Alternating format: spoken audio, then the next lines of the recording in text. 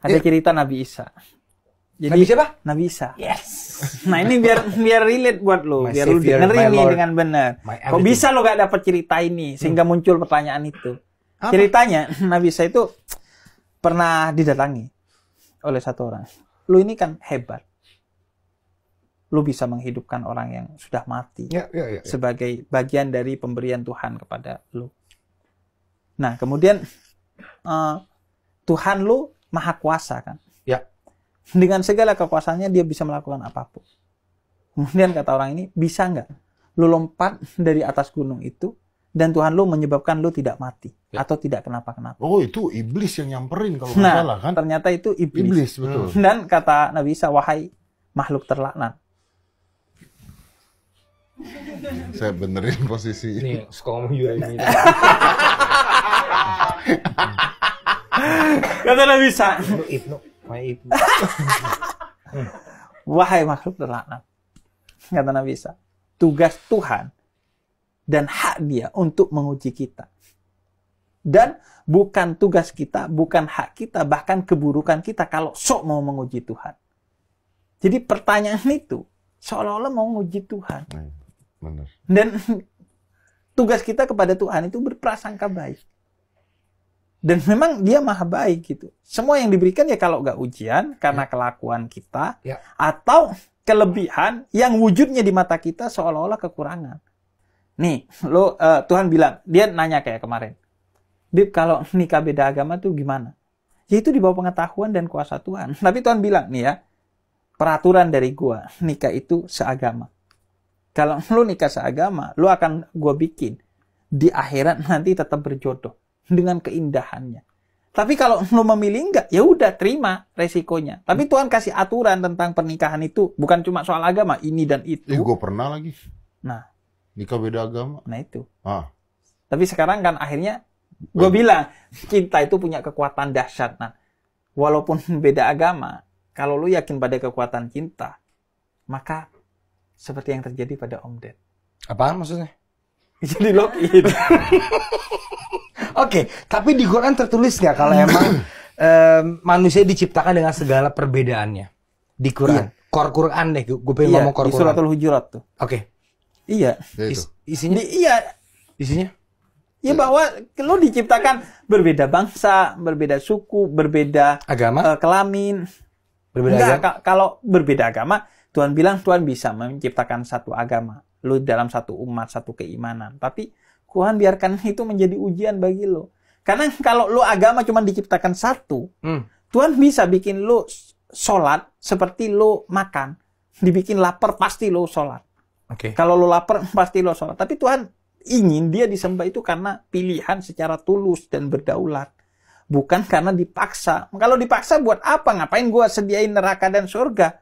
Kalau udah dipaksa, ya udah surga aja. Dan surga pun nggak pantas karena lu nggak memilih ke surga. Tapi karena gue yang pilihin, buat apa kata Tuhan? Akhirnya jadi panggung sandiwara doang nih semua. Ngapain? Nggak ada keindahannya. Nah, ketika lo memilih tuh, itu ada nilai ujiannya. Lo pantas untuk dapat surga kalau pilihan lo benar. Ada keindahannya juga kan. Ada kayak proses yang indah lo. Bayangin, orang mencari agama itu proses yang indah. Kenapa sih orang nonton ini? Dengan segala pembicaraannya yang dalam-dalam. Kenapa? Karena perbedaan itu indah.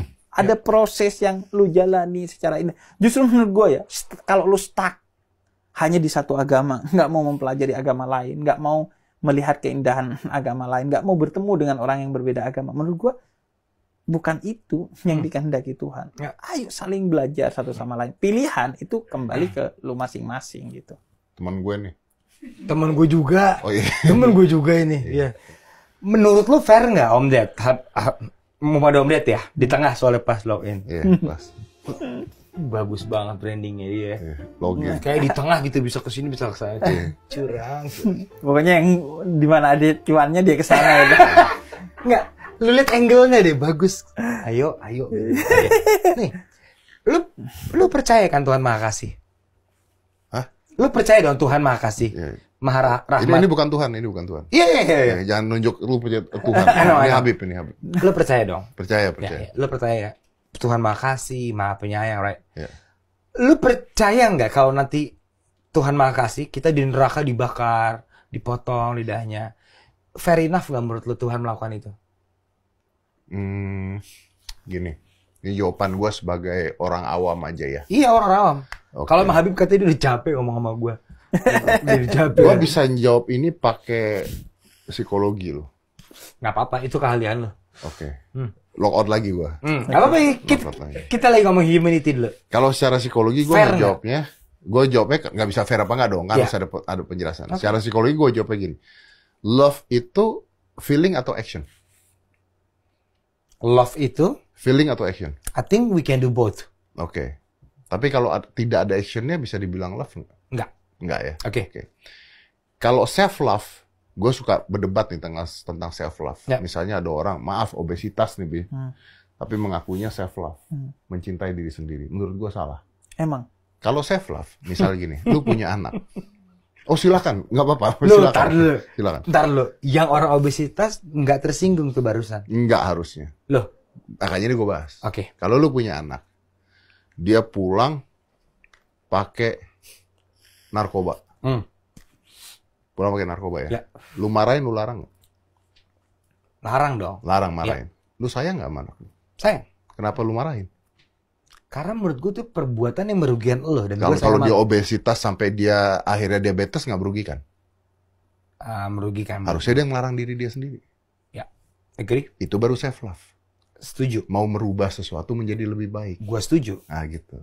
Lu mau masuk ke login gue ke Yang tadi. apa lo? Kalau anak lu tiba-tiba wah memperkosa orang dan sebagainya, lu gampar nggak? Anak gue memperkosa orang. Gue gampar sekali. gampar. Gue masuk ke kantor polisi. Lu nggak cinta sama anak lu. Cinta gue. Lu gampar. Tapi perbuatan lu lu masukin salah. kantor polisi. Iya. Kan lu cinta.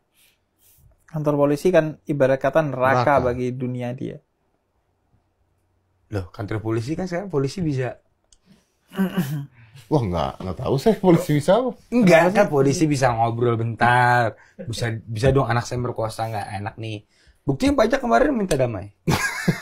Kan nggak dikasih terakhir. Enggak. Tapi kan dia masuk penjara. Ya, so what's the point? Masuk lubang tikus lagi. What's the Ya, point? sama kayak Ya, sama. neraka. Katanya lu cinta sama anak lu. Kenapa lu yang masukin penjara?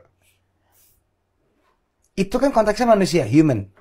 Loh, kita konteksnya cinta dulu dong. Oke, kan konteks cinta cinta, kan gua artinya setuju. kan lu boleh dong. Misalnya kalau anak lu melakukan kesalahan, itu aja lu yang ngelaporin dia ke polisi, lu yang masukin dia penjara. Katanya act of love. Kalau kasih perspektif lain ya. Oke. Iya. Kalau ada orang, Tuhan kasih aturan nih, ini A, ini B. Kalau lo A, konsekuensinya A. Kalau lo pilih B, konsekuensinya B. Ketika kemudian semua orang melakukan A dan B, dan di akhirat, ternyata konsekuensinya nggak Tuhan berikan. Ya. Apakah orang akan menyebut dia yang maha adil? Ya. Tuhan, dia maksiat dulu. Ya. Kenapa lu masukkan ke surga juga? Tahu gitu, gue juga maksiat dong. Katanya lu maha adil. Kok pas maksiat lu kayak ini banget ke gue ya? Enggak, istri maksudnya sama anak itu loh. satu kesatuan. Satu apanya? Pengasih, penyayang, adil, Iya. kuasa. Itu satu kesatuan Iya. dalam keesaan Tuhan. Setuju.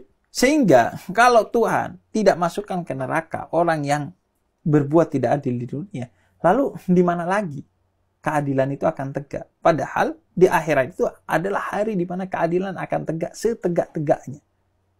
Oke. Di dunia keadilan nggak tegak. Ada karena kasus oknum, ada kasus karena kehilafan mungkin. Dia hakimnya baik tapi karena dia hilaf nggak tahu yang benar gimana, Ya. akhirnya nggak tegak tuh keadilan. Nah di akhirat lah keadilan itu ditegakkan. Biar apa?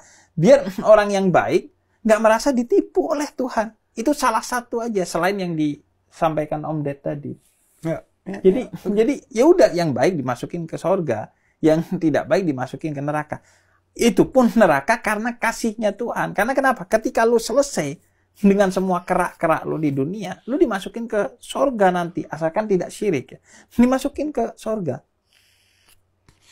Pada saat di neraka, tapi kita oke, gue Atau gini deh, tarik lagi apa? lebih simpel yang dari Om Ded tadi. Kalau lu ke dokter karena sakit, Ya. lu dikasih es jus atau obat. Obat. Obat pahit enggak? Pahit. Ya udah. Pahit tapi menyembuhkan. Jadi neraka itu poinnya menyembuhkan. Menyembuhkan. Oke. Sebagai konsekuensi Ya. penyembuhan dan lain sebagainya. Oke.